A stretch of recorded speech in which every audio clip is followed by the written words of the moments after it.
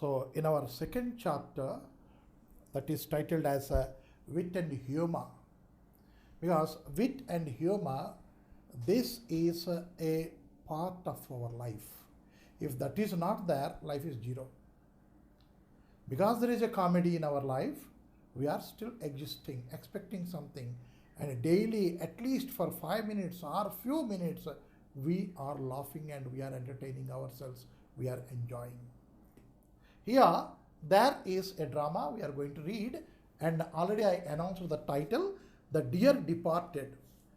The Dear Departed, it is a one act play, and it has characters, 5 adult characters and 1 child character.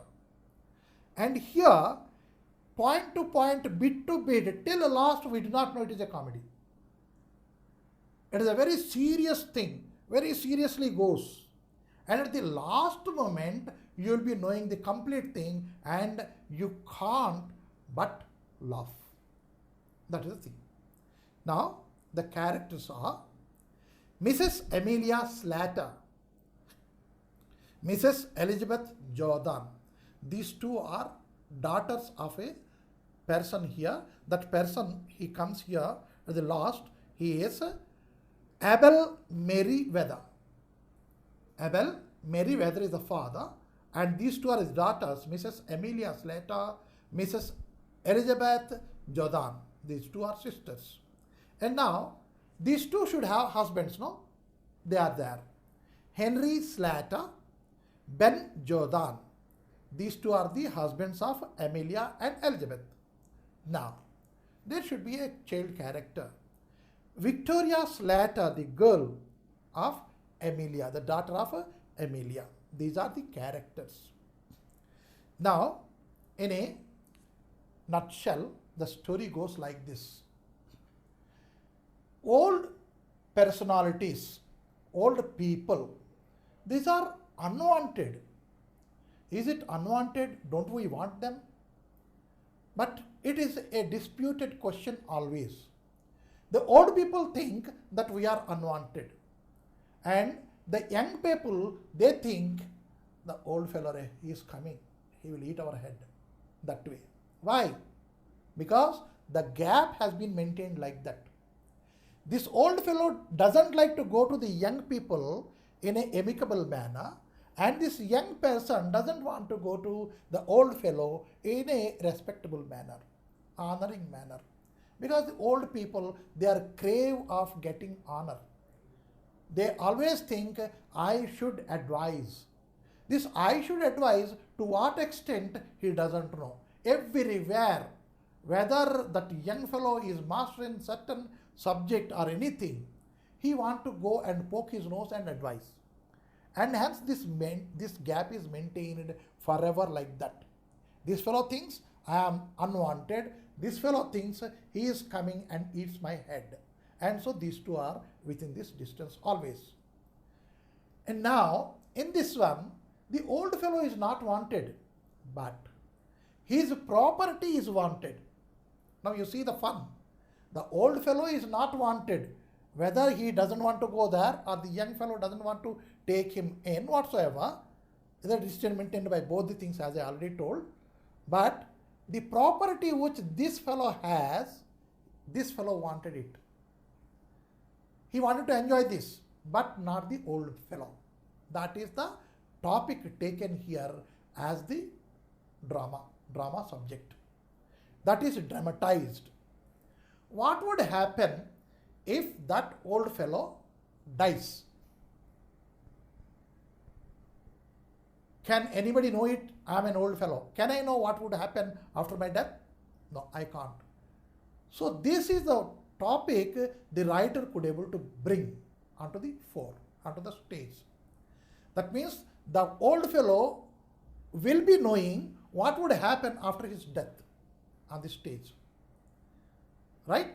So that is the topic has been taken, and in a very serious mood it has been started, lastly ended with a very comic manner. And so it is a wit and humor.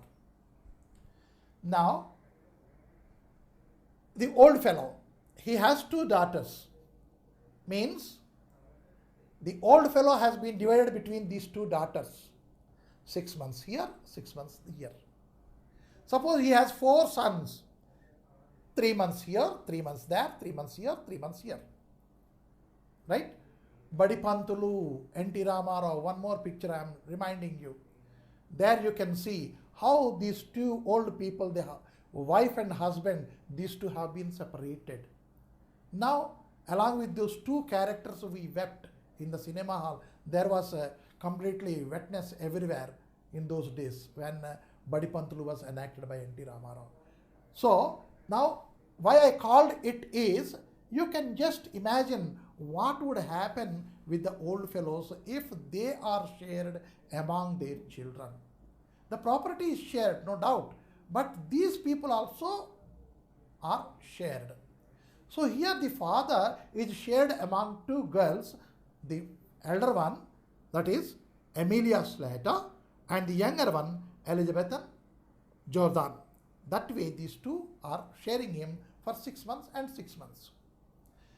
And here, with one daughter, this old fellow lives. He purchases certain things because you see, he is also a living creature. He has many necessities. It's nice shirt, nice t-shirt. If he wanted to have it, he purchases. He wanted to have nice slippers, nice shoes, and a bureau he wanted, right? A bed, a pillow, whatever he gets comfortability with these things, he would be buying it, right? When he stays with one daughter, right? And the other daughter doesn't know that he has purchased these things. And suddenly they think the father died. What will happen? They want to take the nice items out of these purchases. Okay, they want to keep them with them. Even the slipper, if it is nice ones, they want to take it away. Pillow, bureau, and everything they want to take it away. And the watch also, mantelpiece watch, they want to take away. Why? The other daughter doesn't know about it. You see, the selfishness, height of selfishness, right? That has also been taken care in this drama. Now, when I have given you the gist of the drama and the characters and how fun arises over there and how the old people are shared, and now let us go into the drama. And in the brackets, certain things are given, that is directions. You see, every cinema, every drama, it fares well only when the director directs the characters well. How best he presents the characters, how best he focuses the stage, how best he decorates the stage, whether the audience accept it or not, that all depends on the director. And so a director also, behind the curtains, he plays a very important role. Now, within the brackets, when the curtain rises, Mrs. Slater is seen laying the table. Laying the table. Table is already there. Laying the table means what? The dining table and the tea or breakfast or whatsoever which is cooked, it is being kept over there. The plates are being arranged over there. The handkerchiefs and the table spread, etc. are being put. This is called as laying the table. Mrs. Slater is doing that. She is a vigorous, plump, red-faced. Plump is this, red face. That is, if you go to England, even if today, your cheeks will become very rosy. That is red face. And if she is haughty always, haughty means what? Grumbling on everybody. Then the cheeks will not be rosy, they will become red. And so here she is called as red-faced, means very haughty. Very haughty means always grumbling. Either it is on a husband or on the child or on father, whomsoever it is, she will be grumbling. Now, vulgar woman. Vulgar means the long ways. She uses, in a very rash manner, she uses the long ways. She is a vulgar woman. prepared to do any amount of straight talking to get her own way. You see, she says she is always right. And to prove that she is always right, she uses any amount of language, any kind of language. She never bothered. That way she wanted the winning point. And so here she is called as vulgar. She is in black. You see, the tragedy, it is indicated by black. White, piousness, right? And rosy, there are many colors, and green and yellow, prosperous. Rosy, good health. Likewise, each and every color has its own significance and its own importance. Here she is in a black. Black means what? She is dressed herself in black gown. Why? There must be some tragedy occurred in their house, a death. She goes to the window, opens it, and calls into the street. Calls into the street. She opens the window and leans over there and calls. Who is there over there? Apparently, her daughter. Right? So, Victoria, Victoria, thee here, come in, will you? The tone is rather very sharp. And she calls Victoria her daughter. And here the usage D-E, D apostrophe and Y-E. This D-E means do you. Do you here? Come in, will you? That way she grumbles over her daughter. Again, when she comes in, Victoria comes in, Mrs. Slater, I'm amazed at you. Victoria, I really am. Be off now and change your dress before your Aunt Elizabeth and your Uncle Ben come. It would never do for them to find you in colors with grandfather lying dead upstairs. Now, we got it. The grandfather lying dead on upstairs. The girl is in colors means she is wearing some colorful dress. And her wearing colorful dress is not an objectionable thing to our Mrs. Slater. But the uncle and aunt of Victoria, they are expected any moment, and they should not point out. If there is a tragedy at home and this girl is in the colors and nobody has pointed out, nobody has objected to it, she doesn't want this. And so she grumbles over Victoria, stating that get your dress changed to black. Right?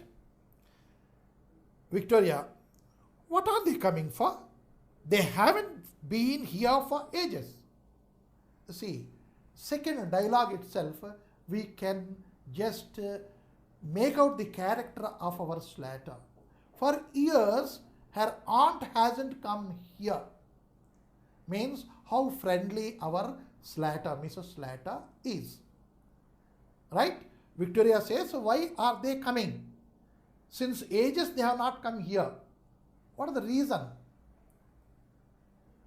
Mrs. Slater, they are coming to talk over poor grandpa's affairs. Your father sent them a telegram as soon as we found he was dead. We found he was dead. Did he really die? We found him dead. That's all. Whether he is really dead, we will come to know later. So as soon as we found him dead, what we did? We have sent a telegram. Your father has sent a telegram to your aunt, and so they are coming. What for? To settle his issues. To settle his issues means what? How much do they owe us, or how much do we owe them? Because we are keeping father here. Right? Whether they are to pay me or I am to pay them, these are the issues we have to settle. Or the old fellow must have left something. How much do they get? How much do we get? That way we have to settle the poor grandfather's issues, matters. Henry Slater, the husband of Mrs. Slater, a stooping, heavy man with drooping moustaches. This, you see, this moustache is not drooping, it is erect. Drooping means it will be like this, and again it will be hanging over there. As and when he talks, it will be moving like this, right? You must have seen in many with many characters. That is called drooping mustache. So, how is the man? He is stooping as if he is that is falling forward. This is called stooping position. And heavy man, heavily built, stout, with drooping mustaches enters. He is wearing black tail coat. He was having black suit again because tragedy. Grey trousers. He could not have a what is that one uniform trouser here, and so grey. He just adjusted himself with a grey trouser and a black tie and a bowler hat. Bowler hat, you know it pretty well. Cricket you are watching. That hat which he hands over to the referee there, that is bowler's hat, right? And he had entered. Henry, I'm wondering if they will come at all. When you and Elizabeth called, she said she would never set foot in your house again. Why I read it like that is because he is a stout man, the words will be just clotting inside and he will be throwing the words. I am wondering if they will come at all. When you and Elizabeth quarreled, she said she would never set foot in your house again.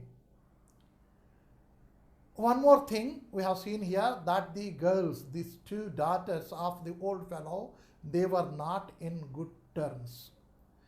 The younger one, she said that she would not be entering into the elder one's house once again at any moment of time. That way she swore and left. So he said, what he said is, I wonder whether they would come or not. She will come fast enough after her share of what our fathers left. You know how hard she can be when she likes. Where she gets it from, I can't tell. See, she has a quality of sensing. She senses. Father died means she knew pretty well that something is left by father to acquire it. She will come soon. Don't bother. What she said yesterday or the other day, don't bother. She will come soon as she can. Why? Because she knew it pretty well. Father had left something. How she gets it, I do not know. But she senses it. She has that sensing capacity. Henry, I suppose it is in the family. He pauses. See, it is not with her alone. It is in the family. That means here Henry wanted to say, you both sisters are alike in character. So, where are my slippers? Where are my slippers? It is a drama about the death and the sharing of property between two sisters. Why the slippers? The writer very cunningly and cleverly, I can say, he introduced this to bring about something funny thing here. Where are my slippers? Mrs. Slater, in the kitchen, but you want a pair. Those old ones are nearly worn out. You don't seem to realize what it costing me to bear up like I am doing. My heart's fit to break when I see the little trifles that belong to father lying around and think he will never use them again. Here, you had better wear these slippers of my father's now. It is lucky he would just got a new pair. Now, how miserly this woman is, just see. The husband wanted a pair of slippers. She knew it pretty well, those are completely worn out. But they are lying in the kitchen. What does it imply? Both the husband and wife, they are using only one pair of slippers between them. Right? So they are lying in the kitchen. And now she says, how I in the kitchen, but you want a new pair. Those old ones are nearly worn out. They are nearly worn out. Means only a simple piece, either covering your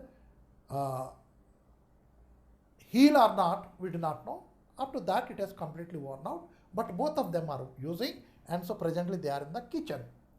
Now about the money, every copper, every pie, every penny, what they are doing, they are bothered how these little trifles they go out.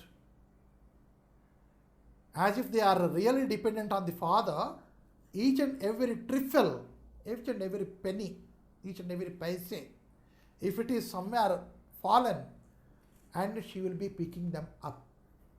Right? And those picked up money is not enough to buy a new one. But she said, you need a new one. Right? Now, she thanked God, she thanked the old fellow because he had a new pair of slippers before his dying. Before his dying, he purchased a new pair of slippers. Those are there, you can wear, she suggested, she has given the advice. That means already the old fellow's property is already on the what we call a snatching position. Yes, it is there, because he is there, it is my property. Let me use it, let my husband use it.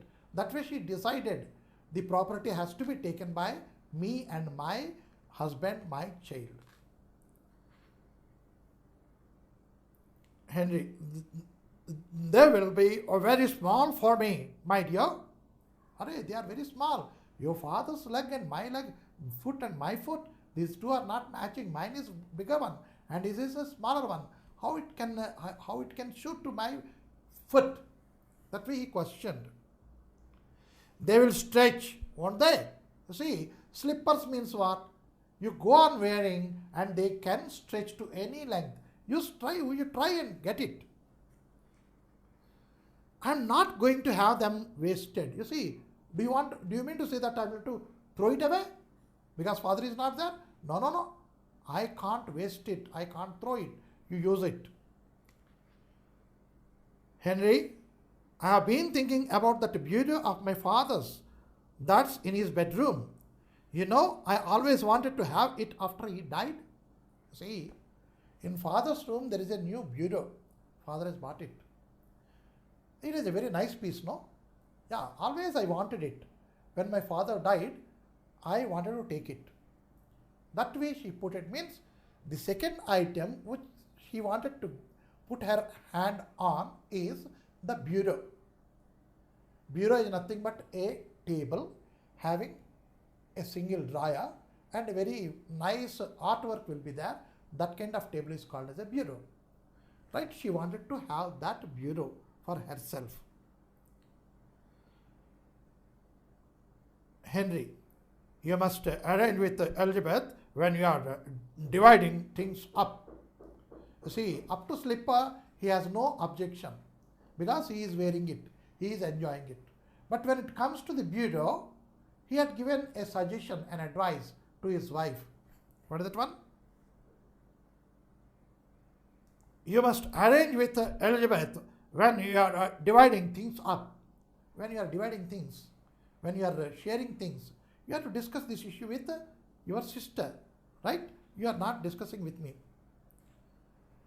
Elizabeth's that short, she will see I am after it, and we will drive a hard bargain over it. You see, Elizabeth, and with her I am going to bargain for this. She is a great bargainer. She is not losing this, or we have to lose a great amount for that. So I don't want to talk this issue with her. Elizabeth's, that means Elizabeth is, apostrophe S, Elizabeth's, it is apostrophe S is.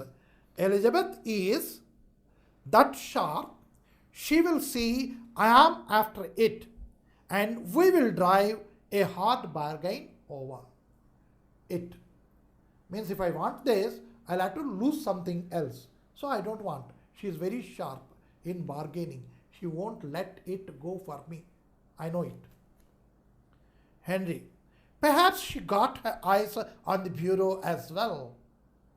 Perhaps, probably, maybe. She also has the same eye as you on the same bureau. Maybe. she has she has got her eyes on the bureau as well. Mrs. Slater.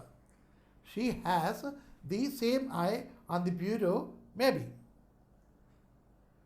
Again, Mrs. Slater says, she has never been here since father bought it. No, I am wrong. Because she has not seen it. If at all she has seen it, she would be having an eye on it. Now she has not seen. When she is away, father has brought it. Right? If it was only down here instead of in his room, she would never guess it wasn't our own. But only one thing. It should be brought out of my father's room. If it is brought over here before their coming, then it is ours. Now, since it is there in father's room, she may guess it is father's property. That way she has covered it. Amelia, he started. Henry, when he heard about it, he startled, got amazed, surprised. Amelia, that way he says. Mrs. Slater, Henry, why shouldn't we bring that bureau down here now? We can't do it before they come.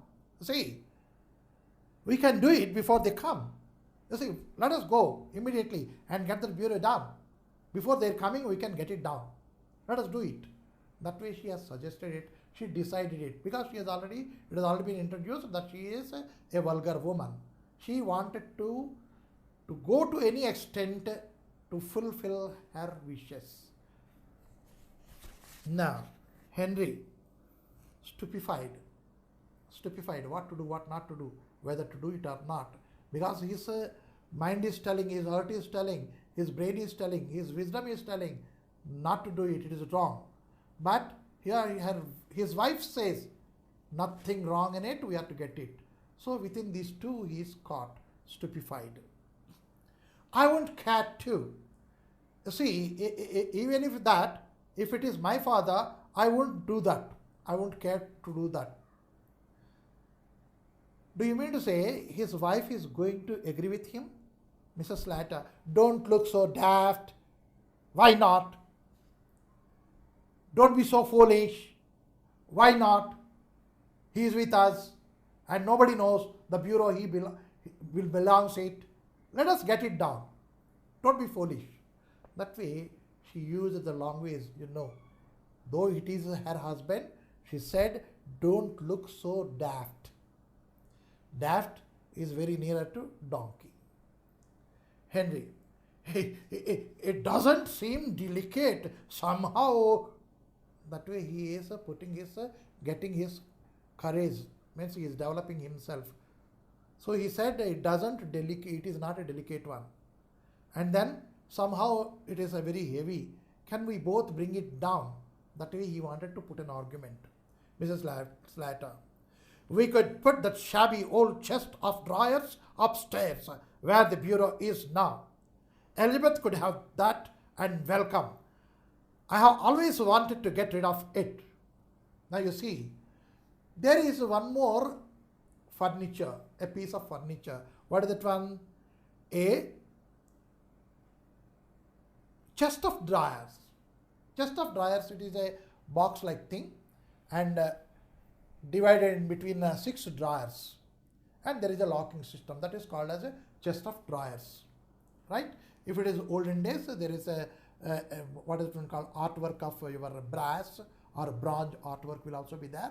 That is called chest of drawers. It is also a beautiful piece, no doubt, but it is shabby one now, old one now, and so she doesn't like this piece with her. She wanted to put it there in the place of the bureau and she wanted to get that bureau down, right? And she says her sister can settle with that. Okay, and not only that, she wanted to get rid of that. She doesn't like it. So now she points to the drawer. Henry, suppose they come when we are doing it. Mrs. Slater, I will fasten the front door. Get your coat off, Henry. We will change it. She decided. A firm orders have been passed. Get your coat off. Remove it. Put it there. Come along with me. Let us change this. And if at all they come, I am fastening the front door. Means unless I come and open it, they will not be coming in and they will not be knowing that we have changed it. Right? That way she made the orders, passed the orders on her husband. Mrs. Slater does out to fasten the front door. Henry takes his coat off. Mrs. Slater reappears. I will run up and move the chairs out of the way. Now there are chairs in between. I want to move the chairs and I am going up now. What have you got your coat off for, father? Meanwhile, Victoria enters in with the changed dress. That is, according to her mother's instructions, she got her dress changed to black and she reappears over there and asks, what have you got your coat off, father? She asked. Mother and I are going to bring grandfather's bureau down here. Grandfather's bureau down here. We wanted to bring it down. Are you planning to pinch it? The word pinch. Pinch means this. If it is openly I am doing, it is not pinch. If I am doing it secretly here, you people do always, sitting the boy next to you, you will be pinching and that fellow will be crying. The teacher will be scolding him. That is pinch. Means what? To do a certain thing secretly, to grab something secretly, to give pain to some others secretly. It is called pinch. So do you want to pinch it on? Pinch it? She questioned. No, my child. Grandpa gave it to your father before he died. See, earlier he has put it.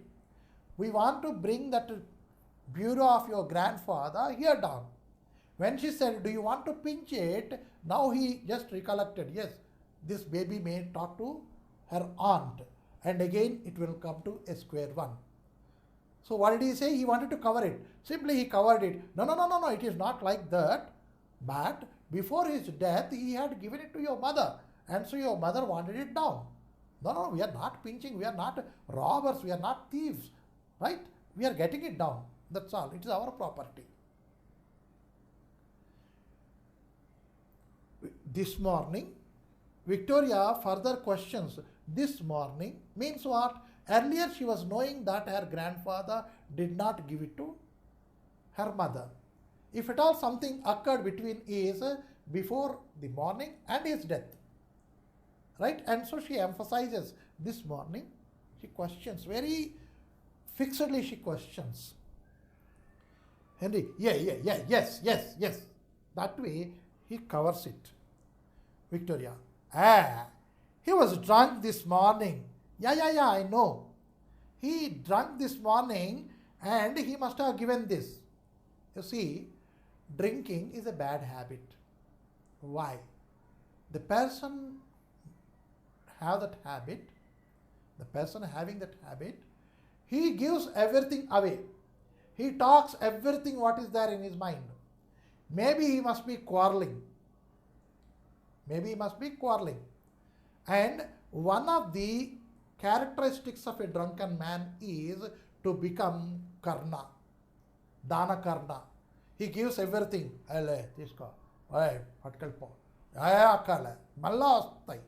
That way, he never bothers about his belongings. He will be giving.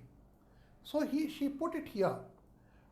This morning he must have been drinking, or he was drunk this morning and so he had given it away.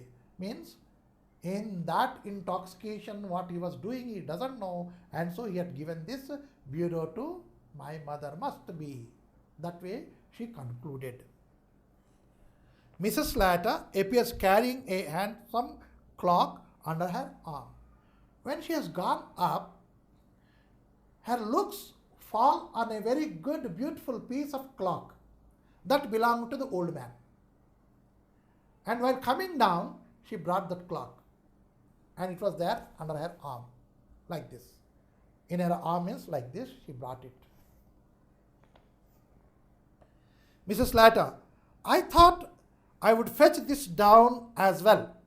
She puts it on the mantelpiece. Mantelpiece means in every English house, there will be a place which is called as a fireplace. Now, of course, heaters have come and ACs have come, right? In olden days, in every room, mostly in the drawing room, they used to have a fireplace. On that fireplace, there will be a covering, woodwork, like this. And this is called as mantle, this woodworking. And on that, she kept that watch. So now, I thought I would fetch this down as well. As well, along with that bureau, I liked this, and so I wanted to bring it here down. She puts it on the mantelpiece. Our clock's worth nothing, and this always appealed to me. Our clock is the old one. Ding, dang, ding, dang. I don't like somewhere. And so I wanted to replace it. That way she has taken the whole liberty of changing every item which belonged to the old man. First of all, the slippers she has donated to her husband. Second of all, she wanted the bureau down and the chest of drawers up. Third, she wanted the fine clock. She brought it and put it on the mantelpiece. Now, that's grandpa's clock. The children, they are very open-minded. They don't bother. They don't know what is a jealous and what is maybe they must be having jealousy, but they don't know what is called as thieving and how to grab the thing. So they are not greedy, right? Excepting for chocolates and ice cream, they are not greedy. So now, that's grandpa's clock, she commented. Be quiet. Immediately, her mother snaps her out. Be quiet. It's ours now. Henry, lift your hand.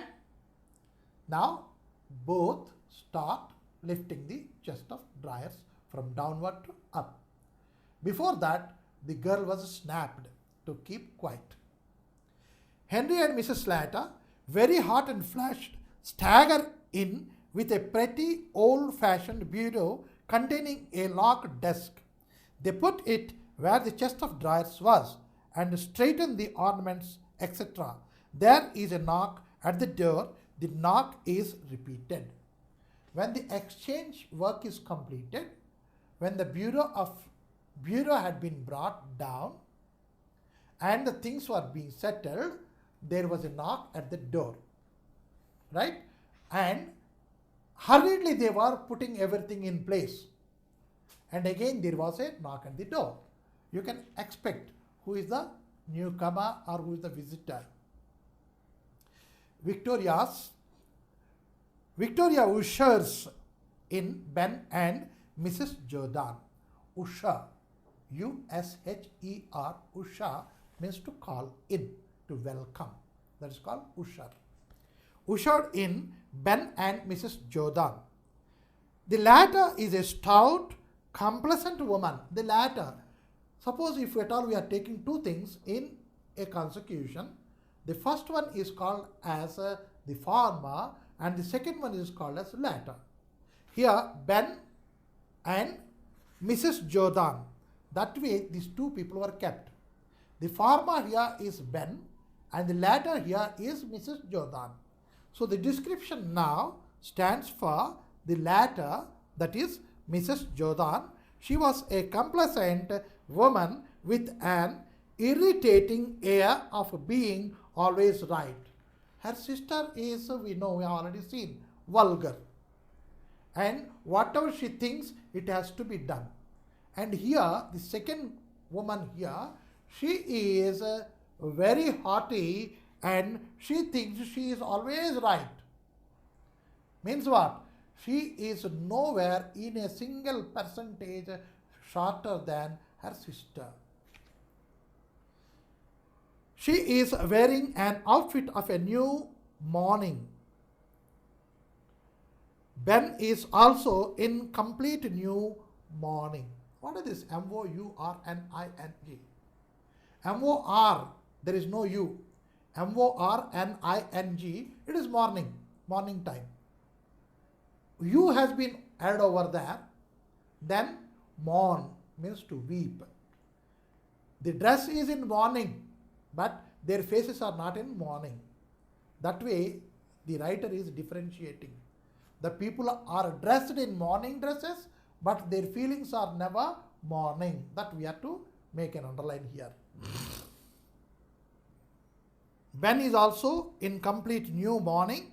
He is rather a jolly little man, a very witty or we can say humorous man. He is Mr. Ben. But at present, trying to adapt himself to the regrettable occasion. Adapt, adopt.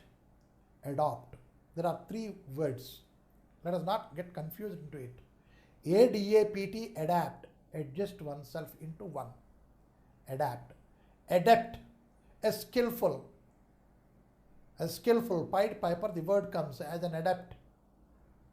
That is to keep his mouth as a flute musician. He keeps this one on the flute. Adept, musical adept, means master in it. Adopt, ADOPT, adopt. It is to take someone to take care of, as my son. Adopt, to take care of somebody, to see the betterment of that. It is adopt, legally. Now, he wanted to adapt himself to the circumstance. What is the circumstance here? Occasion here, regrettable one. That is sorrowful one. And so he dressed himself in a black suit and he put his features like this. But he is a jolly type of man, right? Always smiling. But here he adapted himself to suit the occasion. Mrs. Jordan sails into the room and solemnly goes straight to Mrs. Slater and kisses her. The men shake hands. Now, the welcoming or what we call as a reception over there is what? It is a very sorrow occasion. They cannot say hi, hello, how are you and all these things. Right? Because that is an abandoned thing, abandoned formality. Then what is the formality now? Silently go and shake the hand. Because the occasion is very tragic one, you see, and so only shaking hand, right? And the women folk, they go and comfort the other woman. By what? By hugging and kissing. That is all. That is the situation over there. Now, this is formalities are finished. Mrs. Jordan, well, Amelia, and so he is gone at last. You see, they are waiting for the dialogue. We can see here, the father dies over there. The younger daughter says, at last he has gone. Means, since long they are waiting for his death. Okay. Mrs. Slater, yes, he has gone. He was 72, a fortnight last Sunday. She sniffs back a tear.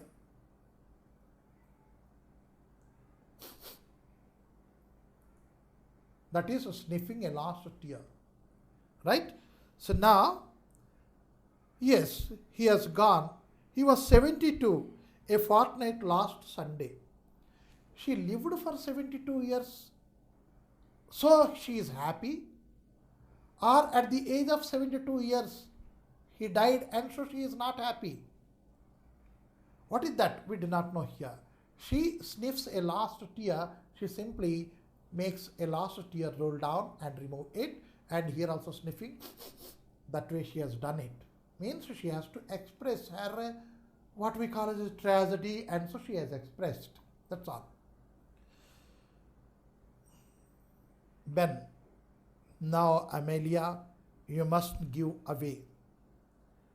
We have all got to die sometime or other. You see, men folk are always that's philosophical. One day or other, we have born here, one day or other, we must go. There's a philosophy. And so, here Ben, he spoke very solemnly. Amelia, let us not take it to heart. One day or other, we all should vacate this place. We all should die. It is earlier or later, whatsoever. We have to adjust ourselves. That way, as a priest in the church, he put the words over there. Mrs. Jordan, and now perhaps you will tell us all about it. The straight question. Now it is time for us to discuss all about this. Means about his father's death, their father's death. No. About what he left, how to share it. That is what they wanted to directly talk here. Father had been merry this morning. He went out soon after breakfast to pay his insurance. So now, father, he was very happy in the morning when he has woke up. And, very happy he was. And he went out after breakfast. I presume probably to pay the insurance, I think. Ben, my word, it is a good thing he did. Yeah. You take my word. It is a very good thing that he had paid the premium, the insurance premium. He paid it. That means what? He is also interested to have that money back and to share it. And so he added, very good thing he has done in the morning. He always was thoughtful in that way. He was too honorable to have gone without paying his premium. You see, the other sister wanted to hear something and the elder sister is giving something else. Right? So here she says, he always was thoughtful in that way. He was too honorable to have gone without paying his premium.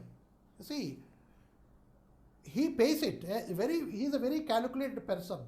He never keeps anything pending. He pays it ahead. He knows. He forces everything. He feels that his honor has been hampered if he doesn't pay it. That way he pays it. And when he came in, I found him undressed, sure enough, and snug in bed. When he had come back, I have seen, he changed his clothing and he snuggled into the bed. That much I have seen. Mrs. Slater, and when we had finished dinner, I thought I would take up a bit of something on a tray. He was laying there for all the world as if he was asleep. So I put the tray down on the bureau, on the chest of drawers and went to waken him. He was quite cold. After finishing dinner, right, I wanted to take something to him and I took that in the tray. When I go over there, what I see, I got a doubt. He's quite motionless. Then I put the tray on the bureau, no, on the chest of drawers. Why? Earlier bureau was there and she forgot that bureau has been brought down and she put the word. And now immediately he changed herself. No, on the chest of drawers and I touched him. I felt him cold. Means he passed away. A pause. They wipe their eyes and sniff back tears.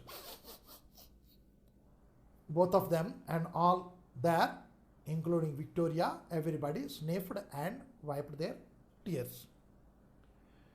Mrs. Slater, rising briskly at length in a business-like tone. Well, will you go up and look at him now, or shall we have tea? Now you see, the table is ready and tea is being served. Do you want to have that, or you want to go and visit him once? Mrs. Jordan, what do you say, Ben? You see, here she doesn't like to go up and visit, and that burden she has put on Ben. Wherever the woman folk, I am very sorry to say, they don't like a certain thing, that they keep on the men folk. And if they want something, they pressurize that thing on the men folk. That is at both the ends, victimization is the man. So whatsoever here, what do you say, Ben? Ben, I am not particular.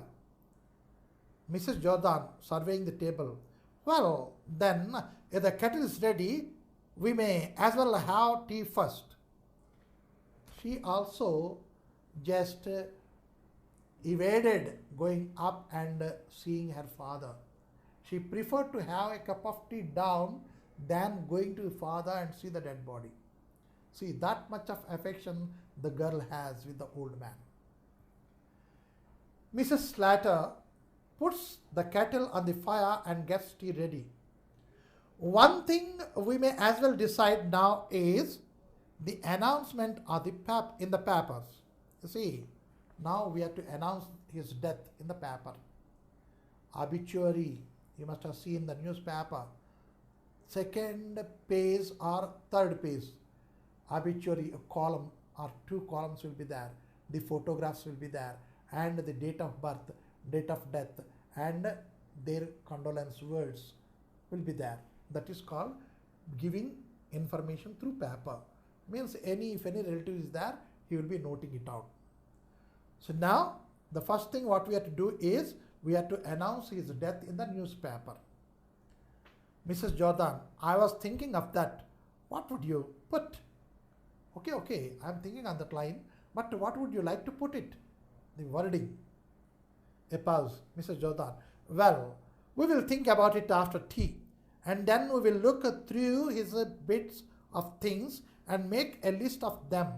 There's all the furniture in his room. Now you see, that announcement can also wait. We can think about it later. Immediately after taking the cup of tea, what would we do is we take a list of all the things, all the items which belong to him, right? And the furniture mainly, whatever is there in his room, we have to make a list. Henry, there is no jewelry or valuables of that sort. You see, there are no jewelry here. There is no jewelry. If a woman dies, everybody makes a list of jewelry, right? And if a man dies, they make a list of all his belongings, the furniture, the shoe, the clothing, the everything, whatever the things he use. If at all there is a vehicle, the vehicle will also be there. See how different. So he said, there is no jewelry or valuables of that sort. There is no jewelry, nothing. Mrs. Jordan, except his gold watch. You say, do you mean to say I am forgetting about it or what? There is a gold watch on his hand. Should have been there. Is it there? That way she had poked, she has pinched. Is it there or not? Except his gold watch. He promised that to our Jimmy. You see, how can I forget it? He promised that gold watch to our Jimmy. Understood? So there is a piece of jewelry on his body. Mrs. Slater, promised your Jimmy? I never heard of that. మీ అబ్బాయికి ఇచ్చేసాడా? నేను వినలేదు కదా. See how already the quarreling is started slowly. That is, promise to your Jimmy, I never heard of that. Oh, but he did, Amelia, when he was living with us. He was very fond of Jimmy. నీకెలా తెలుస్తుంది? How do you know about it? He was living with us and he promised them. You leave it. He was very fond of our Jimmy and he promised that. settled. Means you cannot say about that watch now. It is mine. That way she settled it. Mrs. Slater, oh, well, I don't know. That way she shown her amazement. Ben, anyhow, there is his insurance money. Have you got the receipt for the premium he paid this morning? Now, men folk are always interested on money. So, there is insurance money, no? We have to claim about. For that claiming, what is necessary? The payments, receipts, etc. And do you have that receipt showing that he had paid the last premium this morning? Do we have it? I haven't seen it. Victoria jumps up from sofa and comes behind the table. Victoria should have been sitting over there and should have been sat there quietly. No, she jumps up, comes to the bureau now. Mother, I don't think Grandpa went to pay his insurance this morning. I don't think that he went out to pay the insurance. Mrs. Slater, he went out. Victoria, yes, but he didn't go into the town. He met old Mr. Tattersall down the street and they went off past St. Philip's Church. He did not go into town. Rather, he went to the church. Right? What is the church? St. Philip's Church. Along with whom? Mr. Tattersall. Down the street, and both of them went to the church I have seen. Ben, do you think he hasn't paid it? Was it overdue? So, do you think, now Ben questions, do you think he hasn't paid the insurance? Means if it is not paid, the full benefit they cannot claim. And again, if it is not paid, it is a very hard way to get the money back. And so he is much bothered about it, interested about it. He questions, do you think he has not paid it? Or is it overdue? Mrs. Slater, I should think it was overdue. If it is not paid, I think it has not been paid. That way, very simply, she said. Means what? She is not bothered, her part is going to be lessened. But Mr. Ben, he pointed out about insurance, he should know it, that it is not being paid, it is overdue. See the thing. And if I get one slap, I am happy. But my enemy should get 2 slaps. See, I am losing, no doubt. But Ben is also equally losing about it. And so she is happy. She is contented. There are many people like this amongst us.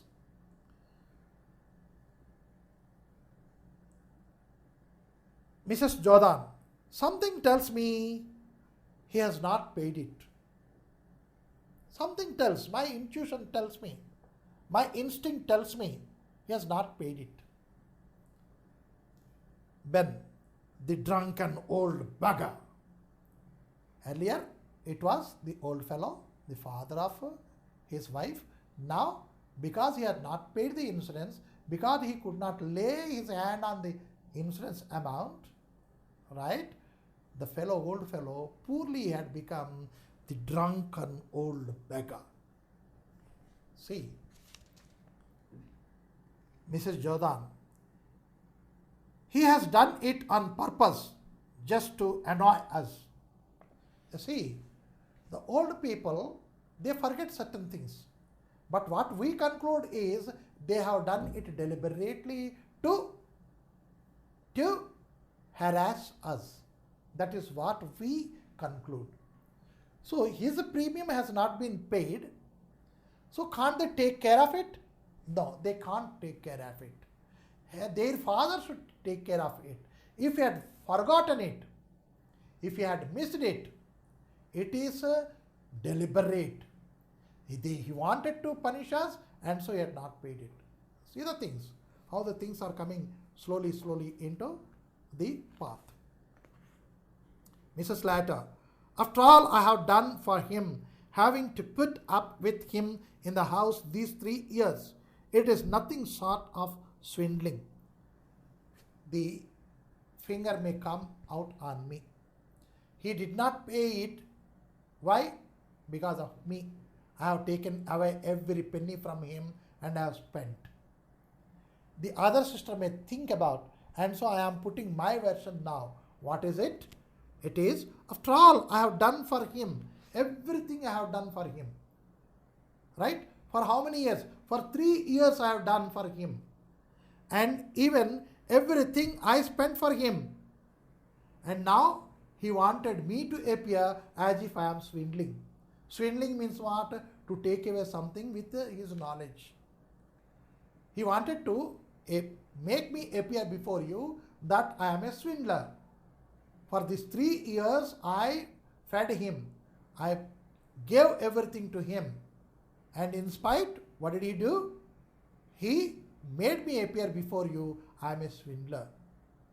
You see, he did not pay the insurance amount over there. Right? Mrs. Jordan, I had to put up with him for 5 years. Don't tell things that you have looked after him for 3 years. Before that, I looked after him for 5 years. Now both the sisters started only word to word exchange. They may come into hand to hand exchange also now. Mrs. Latter, and you are trying to turn him over to us all the time. Of course, you have looked after him for 5 years. But as and when there was a chance, you were seeking a chance, a means to put him on us every time. Were you looking after him willingly? No, we know it. That way, both have started into exchange of words. Henry, but we don't know for certain that he has not paid the premium. You see, the last 3 years he was with you. You must be knowing that he had not paid the premium. But earlier, we were not knowing that he has not paid the premium, etc. That means what? Whenever he was with us, we have seen that he was paying the premium. It is you that you are not taken care that part.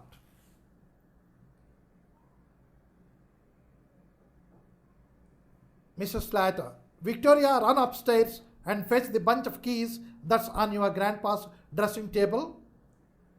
Victoria, timidly, in grandpa's room? Yeah.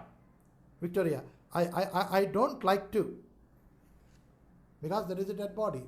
It is a grandfather, maybe, but I don't like to go over there.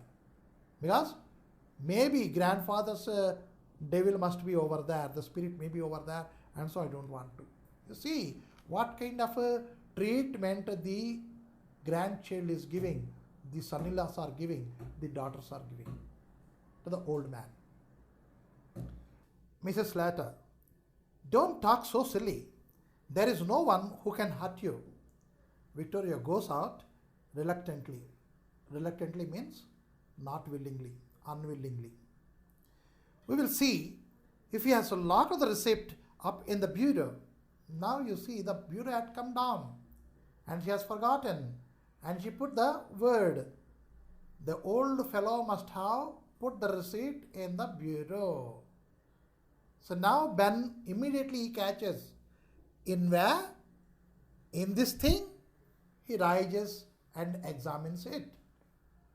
If the receipt has been kept over here, right? How come? He went upside and there he died. Or he went up and kept the receipt. Means where should he have put this receipt in the bureau? Means what? The bureau must have been in upstairs. That way Ben very quickly calculated, and so here the wording, in where? In this thing. He rises and examines it. Mrs. Jordan also rising. Where did you pick up that? Where did you pick that up, Amelia? It's a new since last I was here. From where did you pick that up? Means she knew her sister. She is not at all willing to buy anything. She doesn't do it. She knew it. And so she questioned, from where did you pick this up? Last time I did not see you. See this one. When I had come last, I did not see it here. Means it is a new addition to your family now. They examined it closely. Mrs. Slater, oh, Henry picked it up one day. Hey, it is not me. You know it pretty well. I don't purchase anything. But Henry, he picked it up from somewhere. I don't know from where. That way, Mrs. Slater tried to put it up in a smooth manner. Wanted to cover it. Victoria returns, very scared. She closes the door after her. Mother! Mother! What is it, child? Grandpa is getting up. See, secret is just loosening up. It is coming into light. Mother, mother, Victoria says. Mrs. Slater, what is it, child? Victoria, Grandpa is getting up. Ben, what? See, the expression of all the three. Mrs. Slater, what do you say? ఏంటంటున్నా నువ్వు? Victoria, Grandpa is getting up. Mrs. Jordan, that child is crazy. చచ్చినోడు ఎలా బతుకుతాడు? If at all he died, how can he rise up? Why? How can he get up? So the child must be crazy. Mrs. Slater, don't talk so silly. Don't you know your grandpa's dead? Now, don't talk so silly. In a single word, she talked both to her daughter and her sister. Means, my daughter is not crazy, one. And again, grandpa getting up, it is a crazy thing, don't talk it. It is a silly thing. That way she cautioned both of them in one caution. Don't talk so silly. Don't you know your grandpa is dead? No. He is getting up. I saw him. Victoria confirms. No, he did not die. He is getting up. Ben suddenly, shh, listen. Shh, listen. They look at the door. A slight chuckling is heard from upstairs. The door opens, revealing an old man clad in a faded but gay dressing gown. He is in his stockings feet. Although over 70, he is vigorous and well colored. His bright, malicious eyes twinkle under his heavy reddish grey eyebrows. He is obviously either the old man, Abel Merriweather, or else his ghost. Slowly, the door on the upstairs, there it is slowly opened, and there appeared an old man. He is slightly over 70, and he is wearing a faded nightgown, but it is a very gay one. Gay one means what? It appears having all nice designs over there. Dressing gown. He is in the stockings. He is having all the warm clothes over his body. Means the feet are covered with stockings. And although over 70, he is vigorous. He is having strength. Though he is 70, he is having the strength, vigorous, and well colored. The cheek is red still, rosy still. Rose, I already told, it indicates the health. So it has a color. His bright, malicious eyes. Eyes are bright, but always thinks to harm others. Malicious. Malicious is that. About always be thinking bad of others. Malicious. Eyes. Twinkle under a heavy reddish grey eyebrows. Under this it is twinkling. Means always making plans. How to cheat others. How to make bad to others. That way he is always cheerful in making plans to deceive others. That is malicious eye twinkling under the brown eyebrow. He is obviously either the old man himself or his ghost. Either the two are appearing over there. There the first part has been closed, and now we are going to the second part.